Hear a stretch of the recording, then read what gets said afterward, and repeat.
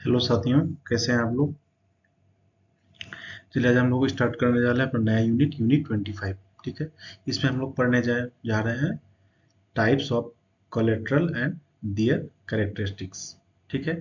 कि हम लोग जो लेंडिंग करते हैं, जो कस्टमर को लोन देते हैं, उसमें हम लोग क्या क्या कोलेट्रल होता है, क्या क्या हम लोग ले सकते हैं, और हर कोलेट्रल का क्या खासियत है, क्या उनकी विशेषता है, क्या उनका ड्रॉबैक है, ठीक है, क्या बेनिफिट है लेने का। ये सब हम लोग इस चैप्टर में पढ़ेंगे यूनिट 25, जो कि हमारा मॉड्यूल बी का है। चलिए आगे बढ़ते हैं हम लोग।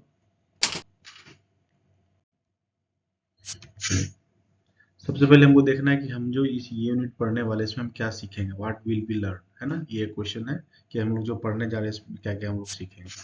तो इसमें देखिए हम लोग सबसे पहले क्या सीखेंगे कि हमारा जो लोन में सिक्योर लोन और अनसिक्योर लोन क्या होता है, इसके बारे में हमको जानना है ना। जैसे पर्सनल लोन हमारा क्या अनसिक्योर लोन की कैटेगरी में आता है, तो हमको जानना है इस चैप्टर में कि सिक्योर लोन और अनसिक्योर लोन क्या होता है। दूसरा में जानना है सिक्योरिटीज क्या क्या होती है, उनका क्या क्या क्या यूज है, क्या कैरेक्टरिस्टिक है, ठीक है, क्यों हम लोग लेते हैं, क्या रिस्क अराइज होता है इसकी वजह से ये लेना पड़ता है, ठीक है।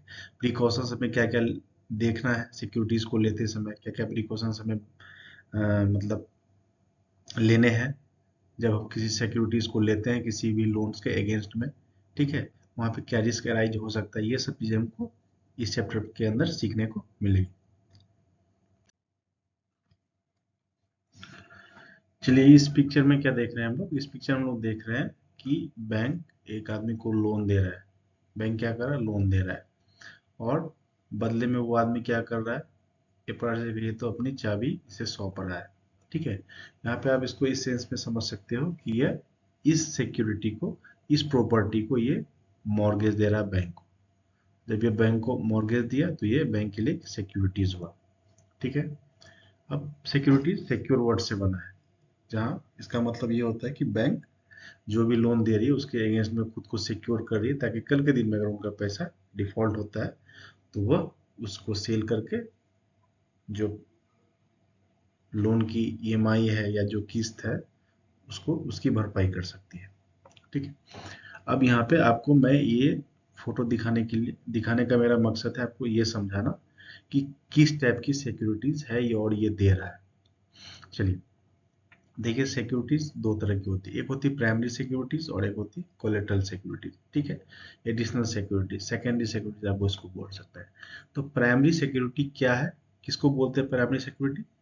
तो प्राइमरी सिक्योरिटी ऐसा सिक्योरिटी होता है जो कि बैंक के पैसे से क्रिएट की जाती है, बैंक के पैसे से वो क्रिएट की गई, तो ऐसे सिक्योरिटी को हम लोग प्राइमरी सिक्योरिटी बोलेंगे, ठीक है। अब ये बंदा आया, ये बोला मुझे मेरे पास जमीन है, ये ज़मीन है मेरे पास और मुझे इस पे घर बनाना है, मैं सैलरी होल्डर हूँ या मैं बिजनेस पर्सन हूँ। तो बैंक ने क्या किया, इसका सब कुछ असेसमेंट करके बोला ठीक है हम आपको लोन दे देंगे, मगर ये जो जगह होगा ये आपको हमें देनी होगी एज ए सिक्योरिटी। हमारे पास जब तक आप लोन का पूरा पैसा नहीं दे देंगे तब तक ये हमारे पास रहेगी। इसके बाद इस बंदे ने बैंक से लोन लिया और लोन लेने के बाद ये खाली जगह पे एक घर बनाया जो आपके सामने है। तो घर कंप्लीट हो गया। तब यहाँ पे क्या बात हो रही है, चूंकि ये बंदे ने जो इस जगह पे जो एसेट बनाई, एक नया एसेट क्रिएट किया, ये किसके पैसे से, बैंक के पैसे से, इसीलिए बैंक के लिए ये प्राइमरी सिक्योरिटी हो गया। तो हम लोग जब भी बोलते हैं कि हाउस लोन वगैरह में जो बैंक मॉर्गेज चाहती है, इसलिए चाहती है क्योंकि वो बैंक का प्राइमरी सिक्योरिटी है, ठीक है। चलिए दूसरा फिगर हम समझते हैं। तो जब तक लोन रिपेमेंट नहीं होगा तो ये बैंक के पास मॉर्गेज रहेगी। चलिए दूसरा पिक्चर हम लोग देखते हैं। ये बंदा आता है, बोलता है मुझे लोन चाहिए, लोन चाहिए, क्या लोन चाहिए, तो मुझे कार लोन चाहिए। तो बैंक सारे कुछ एसेस करने के बाद इसे कार लोन दे देता है, ये कार लोन इसे दे देता है, ठीक है। अभी कार किसने खरीदा, इस बंदे ने खरीदा। पैसे कहाँ से लाए, बैंक से लाए। तो बैंक के पैसे से ये क्रिएट हुआ, तो ये बैंक का क्या हुआ, प्राइमरी सिक्योरिटी हुआ। अगर ये बैंक के पैसे से नहीं लेता तो क्या ये प्राइमरी सिक्योरिटी, तो बैंक नहीं, बैंक के पैसे से ले रहा है, दैट्स मीन्स ये प्राइमरी सिक्योरिटी, और ये बैंक के लिए एक प्राइमरी सिक्योरिटी है। तो व्हीकल लोन में हम लोग मॉर्गेज नहीं लेते हैं, ये बैंक के नाम पे ही क्या होता है, हाइपोथिकेशन होता है इसका। जो भी व्हीकल गाड़ियां होती है वो बैंक के ही हाइपोथिकेशन में रहती है। दैट मीन्स अगर कभी भी आप ईएमआई लोन का नहीं चुकाए टाइम पे, तो बैंक कभी भी ये गाड़ी आपकी उठा सकती है, उसको सेल कर सकती है, बैंक के पास राइट होता है। हाइपोथिकेशन के द्वारा एक बोरोवर बैंक को ये राइट दे देता है, ठीक है। तो बैंक के पास इसका राइट होता है, ठीक है। डॉक्यूमेंट वगैरह जो भी होता है वो बैंक के नाम पे होता है, एप्लीकेशन, इंश्योरेंस पेपर वगैरह। तो क्यों, ये भी एक आपकी प्राइमरी सिक्योरिटी है और ये भी क्या है, आपकी प्राइमरी सिक्योरिटी है। तो आप यहाँ पे क्लियर हो गए कि बैंक के पैसे से जो भी एसेट क्रिएट होगा वो प्राइमरी सिक्योरिटी होगा, और जब भी प्राइमरी सिक्योरिटी होगा तो बैंक उसकी जो है आप क्या कर सकते हैं, ओनरशिप अपने पास रखना चाहेगी या चाहती है, और ये नियम भी है। चलिए, तीसरा है कि आप सपोज करिए इसी बंदे ने एक बिजनेस लोन लिया, और बिजनेस लोन लेकर के उन्होंने दुकान में अपना कुछ माल डाला, रिटेल ट्रेडिंग का इनका बिजनेस है, माल डाला। अब ये स्टॉक है जिसे हम इन्वेंट्री बोलते हैं। अब देखिए ये दुकान में इसका ओनरशिप इनके पास ही रहेगा, मगर हाइपोथिकेशन किसके पास रहेगा, बैंक के पास रहेगा। क्यों रहेगा, क्योंकि बैंक के पैसे से ये क्रिएट किया जा रहा है, ये प्राइमरी सिक्योरिटी हुआ बैंक के लिए, कोई दिक्कत नहीं इसमें। अब ऐसा नहीं है कि ये बेच नहीं सकता इसको, हाइपोथिकेशन में भी सारे रूल्स अलग अलग हैं, मॉर्गेज में अलग अलग, कुछ उसको धीरे धीरे आप समझेंगे। जैसे गाड़ी के लोन पे क्या होता है, आप गाड़ी बेच नहीं सकते। क्यों नहीं बेच सकते, क्योंकि हाइपोथिकेशन कंप्लीटली बैंक के नाम पे है, कोई दिक्कत नहीं है आपको, आप नहीं बेच सकते तो लोन लिक्विडिटी। लेकिन स्टॉक के केस में क्या होता है, स्टॉक के केस में होता है कि आप इसको बेच सकते हो, बैंक इस पे कोई रोक टोक नहीं लगे, क्योंकि ये आपका व्यवसाय है, बिजनेस है। लेकिन इन केस आप डिफॉल्ट करते हो तो बैंक के पास एक प्रकार से ये प्लेज है, आप बैंक कभी भी इस पे अपना राइट लेकर के उसको अपने कस्टडी में ले सकता है। तो और यहाँ पे क्या हुआ, ये भी घर आप नहीं बेच सकते हो क्योंकि ये बैंक के पास है। लेकिन यहाँ पे मॉर्गेज है, चूंकि यहाँ पे के पास ओरिजिनल पेपर ही चला जाता है बैंक के पास, तो फिर आप इसको ऐसे भी आप यहाँ नहीं बेच सकते हो, ठीक है। तो ये भी बिजनेस लोन लिया और इन्होंने क्या किया, उस पैसे से स्टॉक खरीदा, और ये स्टॉक बैंक का प्राइमरी सिक्योरिटी है, तो ये बैंक के लिए हाइपोथिकेशन रहेगा। चलिए, अब देखिए, अब ये बंदा बिजनेस लोन लेता है।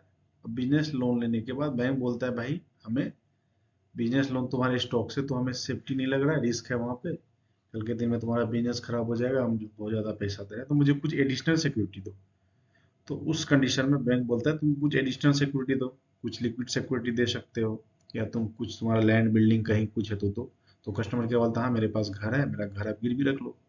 तो इन केस में क्या करता है बिजनेस लोन में, अब मान लीजिए इसी बंदे ने लोन लिया, कुछ पैसे से स्टॉक खरीदा, जो भी किया इन्होंने, लेकिन बैंक बोला भाई इस पैसे के अगेंस्ट में सिर्फ ये सिक्योरिटी देने से नहीं होगा, ये तो मेरा पैसे से, लेकिन एडिशनली हमको डर है कि तुम्हारा कुछ हो सकता है, रिस्क है तुम्हारे बिजनेस में। तो ये बोला ठीक है, मेरा घर ले लो। तो अब बैंक क्या करेगा, अगर कल के दिन में ये डिफॉल्ट करता है तो बैंक सबसे पहले स्टॉक देखेगा, स्टॉक सेल करेगा। अगर स्टॉक से भी नहीं हुआ तो फिर क्या करेगा, उसके घर को सेल करेगा। बट ये एक लेंदी प्रोसेस है और इसमें स्टेप स्टेप जो एक मैकेनिज्म होता है। तो मैं यहाँ पे ये कह रहा हूँ कि ये एडिशनल सिक्योरिटी है, इसको हम लोग कोलेट्रल बोलेंगे, और ये प्राइमरी सिक्योरिटी है।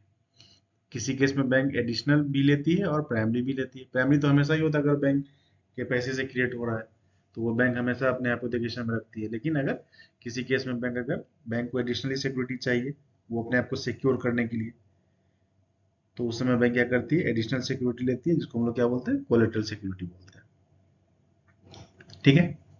समझ गए होंगे आप, होपफुली आशा है। चलिए आगे बढ़ते हैं। अब देखिए, कोई भी सिक्योरिटीज जो हम लोग लेते हैं उसका इफेक्टिवनेस क्या है, ये हमें जानना होगा। तो सबसे पहले बैंक का जो भी सिक्योरिटीज आप लेते हो उसका टाइटल जो होता है, ठीक है, वो टाइटल मतलब ओनरशिप, जो नाम है प्रॉपर्टी उस आदमी के नाम पे होना चाहिए जो बैंक से लोन ले रहा है, या बैंक या गारंटर है, जो भी हो, मतलब बैंक का जो कस्टमर है उसके नाम पे टाइटल होना चाहिए।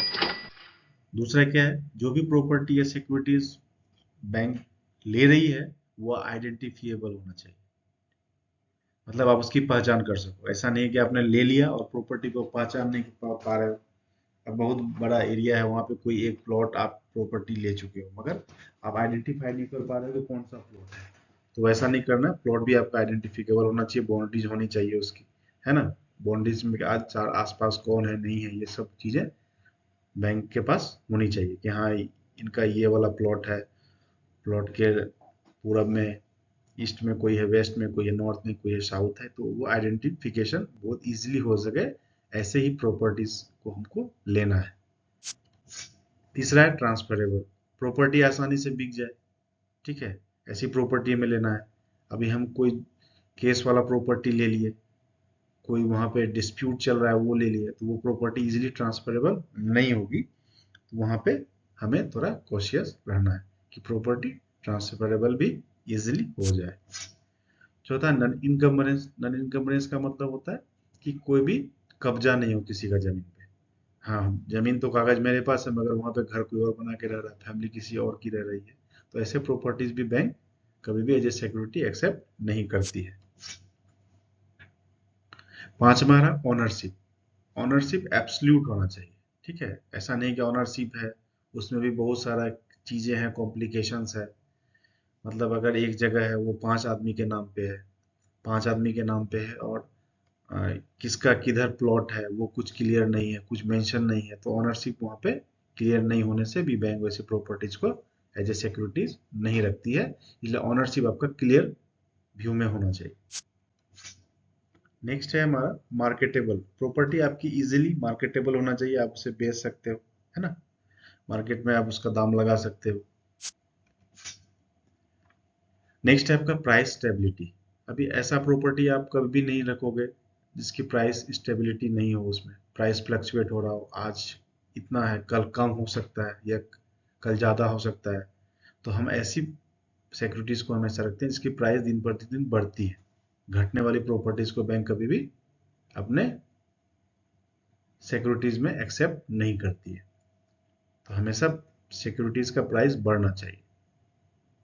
चलिए, नेक्स्ट है ड्यूरेबिलिटी, ड्यूरेबिलिटी मतलब क्या, अब ऐसी प्रॉपर्टीज सिक्योरिटीज आपके पास है मगर वो नष्ट हो जाए, किसी भी कारण से नष्ट हो सकती है, ठीक है, घड़ी है मजबूत नहीं है, भूकंप आया खत्म हो गया, या फ्लड आया तो घड़ी ये हो गया, तो किसी भी प्रकार से वो प्रॉपर्टी नष्ट ना हो, वो ड्यूरेबल हो, तो ऐसे प्रॉपर्टीज को हमें लेना। चलिए हम लोग बात करते हैं सिक्योर्ड लोन और अनसिक्योर्ड लोन के बारे में। सबसे पहले हम लोग देखते हैं सिक्योर्ड लोन क्या होता है। देखिए सिक्योर्ड लोन में हम लोग क्या देखते हैं, कोई भी बोरोवर अगर आपके पास आता है बैंक में, तो आप उसको सिक्योर लोन किस फॉर्म में देते हैं, सबसे पहले तो आप देखते हो कि उसकी कैपेसिटी है या नहीं लोन लेने की, वो आप चेक करते हो। सब कुछ ठीक होने के बाद फिर आप क्या देखते हो कि लोन तो आप उन्हें दे रहे हो, फिर आप ये देखते हो कि वो बंदा सॉल्वेंट होगा या नहीं, दैट मीन्स अगर कल के डेट में उसका लोन खराब होता है तो फिर उसके पास एसेट्स है या नहीं, कुछ प्रॉपर्टी है या नहीं, जिससे कि वो बैंक को लोन चुका पाएगा कि नहीं चुका पाएगा, ठीक है। तो अगर उसके पास प्रॉपर्टी है तो फिर बैंक, हम लोग क्या बोलते हैं, बोलते हैं ठीक है भाई ये तुम बैंक को दे दो, ठीक है। दूसरा हम लोग क्या देखते हैं, उसका जो मैंने बोला प्रेजेंट एसेट्स को देखते हैं, और हम लोग प्रेजेंट और फ्यूचर फिनेंशियल स्टेटमेंट को भी उसका देखते हैं कि वो प्रेजेंट में अगर जॉब कर रहा है, प्रेजेंट में इनकम कर रहा है, तो फ्यूचर में भी करेगा, ऐसा हम लोग देखते हैं। मगर फिर भी हमें इस इनकम के अलावा भी हमें एक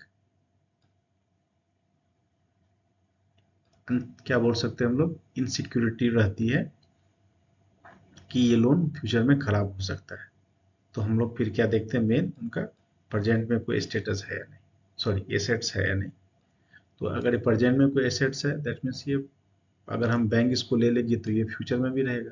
तो अगर लोन खराब होता है, अगर यहाँ से इनकम आना बंद हो जाए, तो फिर इस एसेट से क्या हो जाएगा, बैंक अपना लोन रीपे करवा सकती है उसको सेल करके। तो ऐसा लोन जहाँ पे कोई सिक्योरिटी बैंक लेती है उसके अगेंस्ट में, उसको सिक्योर लोन बोलते हैं, ठीक है, जिसके बारे में हम लोगों ने बात की, कोई भी मॉर्गेज लोन सिक्योर लोन होता है, ठीक है। चलिए आगे बढ़ते हैं हम लोग। दूसरा है हमारा अनसिक्योर्ड लोन। अब अनसिक्योर्ड लोन जो होता है हमारा, ये हम किस बेसिस पे देते हैं, सबसे पहली बात है इसमें कोई भी सिक्योरिटी हम नहीं लेते हैं, नो सिक्योरिटी, ठीक है। तो हम किस बेसिस पे देते हैं, तो देखिए यहाँ पे हम लोग सबसे पहले बोरोवर का कॉन्फिडेंस देखते हैं, बोरोवर की पर्सनल इंटीग्रिटी देखते हैं, उसकी क्रेडिट वर्दीनेस देखते हैं, ठीक है, उसका प्रेजेंट फिनेंशियल और फ्यूचर फिनेंशियल जो उनका स्टेटस है वो हम लोग चेक करते हैं, ठीक है ना। पर्सनल इंटीग्रिटी देखते हैं, क्रेडिट देखते हैं और फ्यूचर जो भी उनका क्रेडिट के साथ साथ हम लोग फ्यूचर और प्रेजेंट का भी देखते हैं।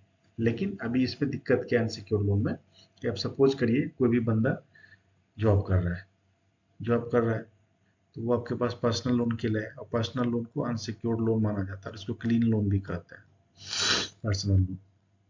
अब आपने क्या किया, पर्सनल लोन देखा कितना चाहिए आपको, सैलरी आपकी कितनी है, तो उसकी सैलरी 1 लाख है, तो आपने तुरंत क्या किया, उनका जो एक हिसाब लगाया 60-40 का, वो लगाया आपने, बोला ठीक है आपको कितना लोन चाहिए, तो भाई मुझे 15 लाख चाहिए, ठीक है आपका 15 लाख हो जाएगा, आपका महीने का EMI, ठीक है, 22,000, 25,000, 26,000 जो भी है वो आपका पड़ेगा। तो उसने बोला ठीक है मुझे दे दो, पर्सनल लोन उसने लिया, वो अपना पर्सनल जो भी काम था, शादी विवाह, जो भी घूमना वगैरह जो भी उसने खर्च किया। अभी क्या हो रहा है, अचानक से वो बंदे का एक्सीडेंट में डेथ हो जाता है। नॉर्मली हम लोग इंश्योरेंस अगर है तो इंश्योरेंस का पैसा उसको मिल जाएगा, अगर जॉब होल्डर अगर इंश्योरेंस है तो इंश्योरेंस का पैसा होगा, लोन मिल जाएगा। लेकिन अगर बिजनेस पर्सन हुआ तो क्या होगा, उसके बिजनेस का अगर कोई इंश्योरेंस, उनके लाइफ का अगर कोई इंश्योरेंस नहीं हुआ तो वहां पे वो लोन का पैसा कौन पे करेगा, तो वहां पे लोन हो गया अनसिक्योर्ड, और रिस्क हो गया बहुत ज्यादा। रिस्क क्या हो गया यहाँ पे, बहुत ज्यादा। जहाँ पे ज्यादा रिस्क वहां पे बैंक का इंटरेस्ट भी ज्यादा लेता है, क्योंकि रिस्क वो ज्यादा ले रहा है तो वो आपसे इंटरेस्ट भी ज्यादा लेगा। इसलिए आप देखते होंगे पर्सनल लोन का रेट ऑफ इंटरेस्ट हमेशा ज्यादा होता है, हाउस लोन का रेट ऑफ इंटरेस्ट हमेशा कम होता है, क्योंकि वहां पे रिस्क कम होता है। ठीक है, तो रिस्क ज्यादा है, क्योंकि आपका लाइफ का रिस्क है, आपका बिजनेस का रिस्क है, आपका इनकम का रिस्क है, आपका क्रेडिट वर्दिनेस का रिस्क है, आपका पर्सनल इंटीग्रिटी का रिस्क है, आपका सिक्योरिटी का रिस्क है। तो ये सब उठाती है बैंक, तो उसके बदले में एक रेट ऑफ इंटरेस्ट अच्छा चार्ज करती है। तो अनसिक्योर्ड लोन में हम लोग ये सब चीजें देख के लोन दे देते हैं, लेकिन फ्यूचर में ये सब कंडीशन में चेंजेस आ सकती है, जिससे बैंक को लॉस हो सकता है। तो इसलिए ऐसे लोन को हम लोग अनसिक्योर्ड लोन कहते हैं। लेकिन फिर भी बैंक क्यों देती है, फिर भी बैंक मान के चलती है कि ठीक है भाई जॉब होल्डर है ये तो कहीं नहीं जाएगा, अच्छा बिजनेस है तो ये कहीं नहीं जाएगा, बैंक को भी तो बिजनेस करना है। तो बैंक वहां पे अपना एक रिस्क कैलकुलेट करके ज्यादा प्रीमियम चार्ज करती है रेट ऑफ इंटरेस्ट पे। ठीक है, तो ये हो गया हमारा अनसिक्योर्ड लोन, और ये है हमारा सिक्योर्ड लोन। ठीक है, सिक्योर्ड लोन में हम एसेट्स रख लेते हैं, ठीक है, एडिशनल सिक्योरिटी के रूप में, कुछ भी होगा तो भाई सोलवेंट है ये। ठीक है, तो इसलिए इस पर रेट ऑफ इंटरेस्ट कम होता है। चलिए चलिए हम लोग देखते हैं टाइप्स ऑफ सिक्योरिटीज क्या क्या होता है। ठीक है, तो टाइप ऑफ सिक्योरिटीज में हमारे पास 4 जो सिक्योरिटीज है जो बैंक एक्सेप्ट करती है वो होता है। पहला क्या है हमारा, इमूवेबल एसेट्स। ठीक है, इमूवेबल एसेट्स क्या होता है, जो एसेट मूवेबल नहीं हो, जैसे लैंड, बिल्डिंग। ठीक है, ये सब चीजें क्या है, इमूवेबल एसेट्स है, तो बैंक इस एज ए सिक्योरिटी इसको एक्सेप्ट करती है। दूसरा है मूवेबल एसेट। मूवेबल एसेट क्या, जो मूवेबल हो, जैसे क्या हो सकता है, गाड़ी, मशीनरी हो सकता है, ज्वेलरी हो सकता है, लाइव स्टॉक हो सकता है। ठीक है, या स्टॉक हो सकता है, ये सब चीजें जो मूवेबल होती है उसको मूवेबल एसेट्स बोलते हैं। तो बैंक इसको भी एक्सेप्ट करते हैं, जैसे कार लोन मोबाइल एसेट्स हो गया, व्हीकल लोन मोबाइल एसेट्स हो गया। ठीक है, तीसरा होता है हमारा एक्शनेबल क्लेम या फाइनेंशियल एसेट। एक्शनेबल क्लेम क्या होता है, सपोज करिए आप किसी ने अपने इंडोमेंट पॉलिसी के अगेंस्ट में लोन लेके रखा हो, या LIC पॉलिसी के अगेंस्ट में लोन लेके रखा हो, और बाद में वो लोन नहीं चुका पा रहे हैं, तो जब, तो ऐसे ऐसे चीज़ों को हम लोग एक्शनेबल क्लेम बोलते हैं या फिनेंशियल एसेट्स बोलते हैं। जहाँ जहाँ पे कहीं पे इन्वेस्ट करा करा हुआ है वहाँ से पैसा आना है, तो इसको भी एज ए सिक्योरिटी यूज किया जाता है। और एक होता है इंटेंजिबल एसेट, जैसे कंपनी का या किसी का ब्रांड हो, तो कस्टमर जो भी चीज़ें एज ए सिक्योरिटी के रूप में आपको प्रोवाइड करे और जिसकी एक वैल्यू होती है। ठीक है, तो बैंक उसको एक्सेप्ट करता है। नेक्स्ट क्लास में हम लोग कंटिन्यू करेंगे, आज यहीं तक रहने देता हूँ इसको, और नेक्स्ट क्लास में हम लोग इसको कंटिन्यू करेंगे। Okay, thank you.